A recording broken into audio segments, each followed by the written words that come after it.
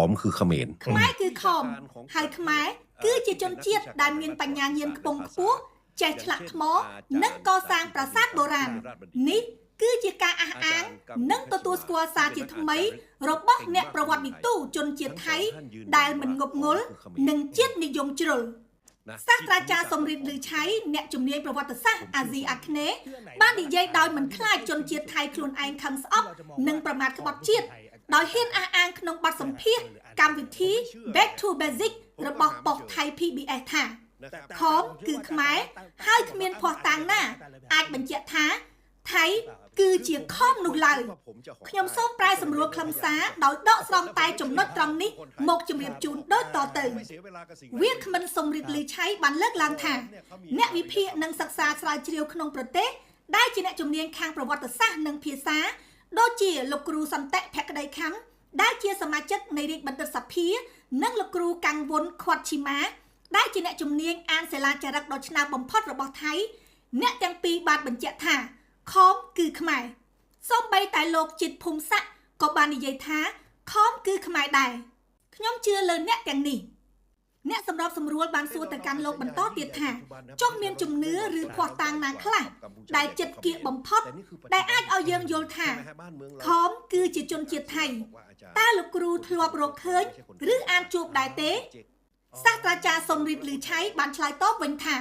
មកពីខ្ញុំមិនជឿទៅប្រកមិនឃើញខ្ញុំមិនដែលគិតថាខ្លួនឯងអាចហោះបានឡើយដូច្នេះខ្ញុំក៏មិនព្យាយាមហោះដែរហើយខ្ញុំក៏មិនជឿថាខមគឺជាជនជាតិថៃដែរខ្ញុំមិនបានចំណាយពេលជាមួយរឿងដែលអត់ប្រយោជន៍នោះទេពួកខមសំដៅលើជនជាតិខ្មែរពួកគេមានអរិយធម៌ខ្ពង់ខ្ពស់ណាស់គេចេះឆ្លាក់ថ្មអ្នកត្រូវតែទៅមើលអង្គរវត្តអង្គរធំ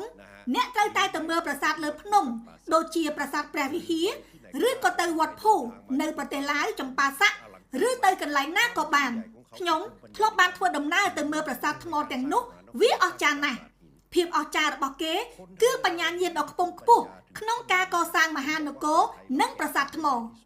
ជនជាតិថៃយើងមិនមានបញ្ញាញាណដល់កម្រិតនោះទេខ្ញុំធ្លាប់និយាយថាអ្វីដែលជនជាតិថៃឆ្លាក់ថ្មបានធំបំផុតគឺត្បាល់ថ្មនៅអង្គសិលាតែថ្មីនេះមិត្តភ័ក្តិខ្ញុំនៅតំបន់អង្គសិលាបានប្រាប់ថាលោកគ្រូអ្នកដែលធ្វើត្បាល់ថ្មទាំងនោះមិនមែនថៃទេគឺចិនសរុបមកជនជាតិថៃយើងបើកាត់ថ្មបានគឺប្រហែលបានត្រឹមតែថ្មសម្លៀកកំបិតប៉ុណ្ណោះនេះមិនមែនជាការមើលងាយទេប៉ុន្តែវាគឺជាការពិតប្រកបណាស់បច្ចុប្បន្នយើងប្រហែលជាធំធេងប្រទេសថៃយើងធំជាងកម្ពុជា